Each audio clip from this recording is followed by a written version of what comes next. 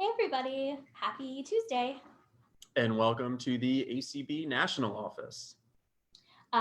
Just to recap, I'm Claire Stanley, the Advocacy and Outreach Specialist. And Clark Rockfall, Director of Advocacy and Governmental Affairs for ACB. Thank you to everyone joining us here on Facebook Live. I like it. And of course, if you want to find out more about ACB or become a member or a friend, check out acb.org. And as always, if you have any advocacy issues, feel free to reach out to us at advocacy@acb.org. I support that. Nice. Well, Thank you. And today we're coming to you live to talk about voting and accessible voting. Claire? Yes. This is a big year. 2020, November, general elections for the president. So we are very excited to talk about voting because it's an important issue. Yeah. How many puns have there been for the year 2020 in blindness advocacy? I think there could be more. Oh, there will. There will. But it's also, we're less than a week away from the 30th anniversary of the Americans with Disabilities Act. 5 days away. Yep. And 18 years since the passage of the Help America Vote Act. Yep.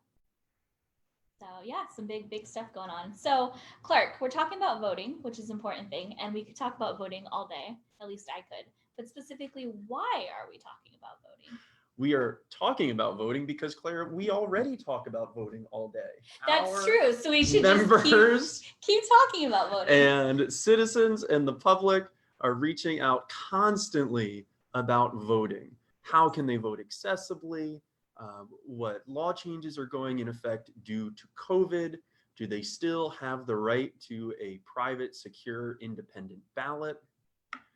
Yeah. It's true. COVID has definitely impacted voting in a big way. You know, it's something we've talked about for a long time about having access to an accessible absentee ballot, but COVID has accelerated that very much so. So it's definitely something we've been working on. We've been fighting for accessible voting for a long time, but this is a whole new era of accessible voting and absentee ballots. Exactly. And it's not always our policies or priorities that dictate the agenda. Sometimes it's the calendar or the opportunity that dictates what policies and advocacy work is effective. Who would have thought you'd ever think of COVID as an opportunity? COVID is the 8-pound sack of lemons that we need to make into lemonade. Yes. So, because we've been getting so many questions about voting here at the national office, which please keep them coming. Absolutely.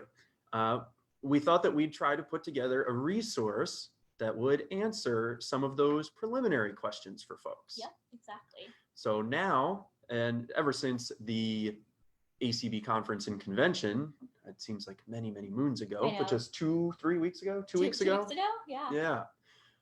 We've launched a new page on the ACB website. Yep. So simple enough, you can go to acb.org/voting. Made it that easy for you. Yep. Yeah. And Claire, once folks go there, what will they find? So you will find what we have termed the voting toolkit. And the toolkit has several different resources there to help you gain a better understanding, soup to nuts, about accessible voting for people, obviously with all disabilities, but for us specifically who are blind or vision impaired.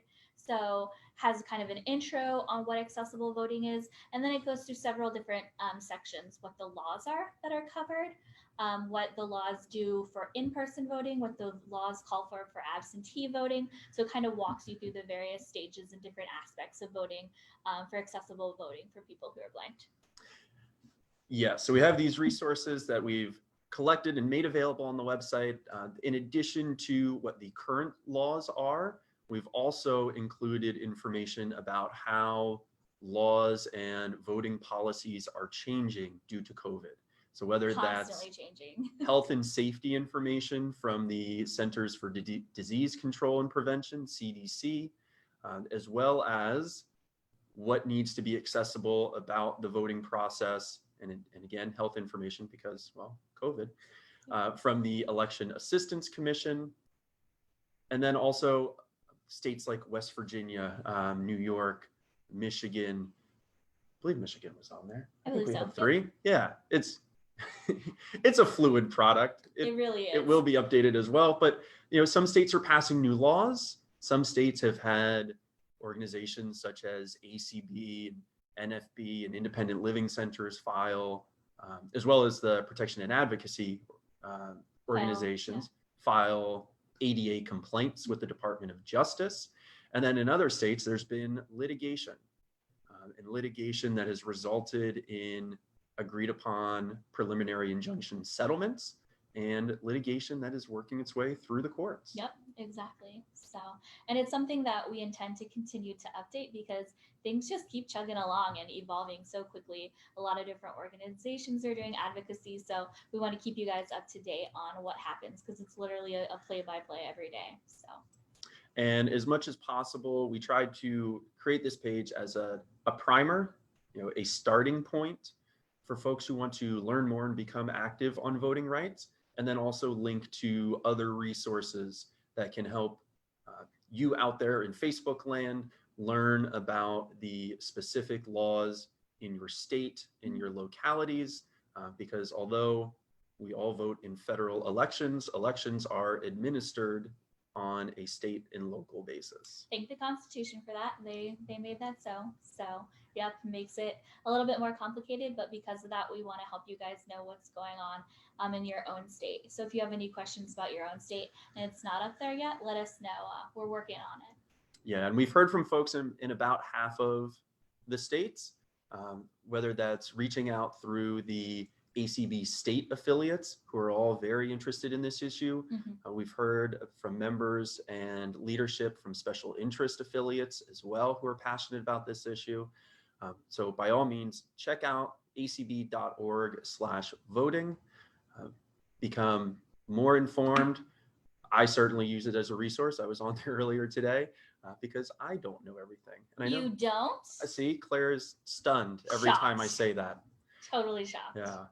Another great thing, stay tuned, hold your horses, but we are going to be working with the Voting Project through National Disability Rights Network. Got all the letters in there. NDRN, and we're going to get some cool videos up there that have been produced by other advocacy organizations on accessible voting. So we have some great allies to work with as well. So they're not there yet. Stay tuned, but we're going to have some more information, more videos going up as well. And the final section of the toolkit are links, links to recent, whether that's press releases or letters to Congress that ACB has authored, ACB has co-signed, or have involved state affiliates. I think President Spoon is quoted in one, as well as Executive Director Eric Bridges. And these could be useful advocacy tools for folks as well. So, for example, there are 2 congressional sign-on letters, one that had more than 75 national and state and local organizations. It went to every member of Congress, and the follow-up letter that just went out during the convention, so early July, that went to every member of Congress as well. So having access to those letters is really impactful when folks receive them multiple times. Mm-hmm. But just for everyone out there, for you to know that your members of Congress have already been informed about this issue. So it's always great when you can follow up with them or follow up with your state and local leaders and forward them a copy of the letter as well. Just, kind of give them that nudge. Hey, we know you already received this. This is important, so we're sending it to you again. Yeah, and if there are any resources out there, links or documents or things like that that you have found particularly helpful as it relates to voting, feel free to reach out to us. We can't promise everything will go up, but if it's something helpful, it could make an appearance on the website too. So we definitely appreciate any and all resources. Yeah, and as always, we love to hear your feedback. So whether you have feedback on the toolkit or feedback on this Facebook Live, we just ask that you be nice. I have a very fragile ego, so please be nice. Constructive feedback. A tender little heart. Yeah, constructive feedback's always welcome. You can leave it in the comments, or you can email us at advocacy@acb.org.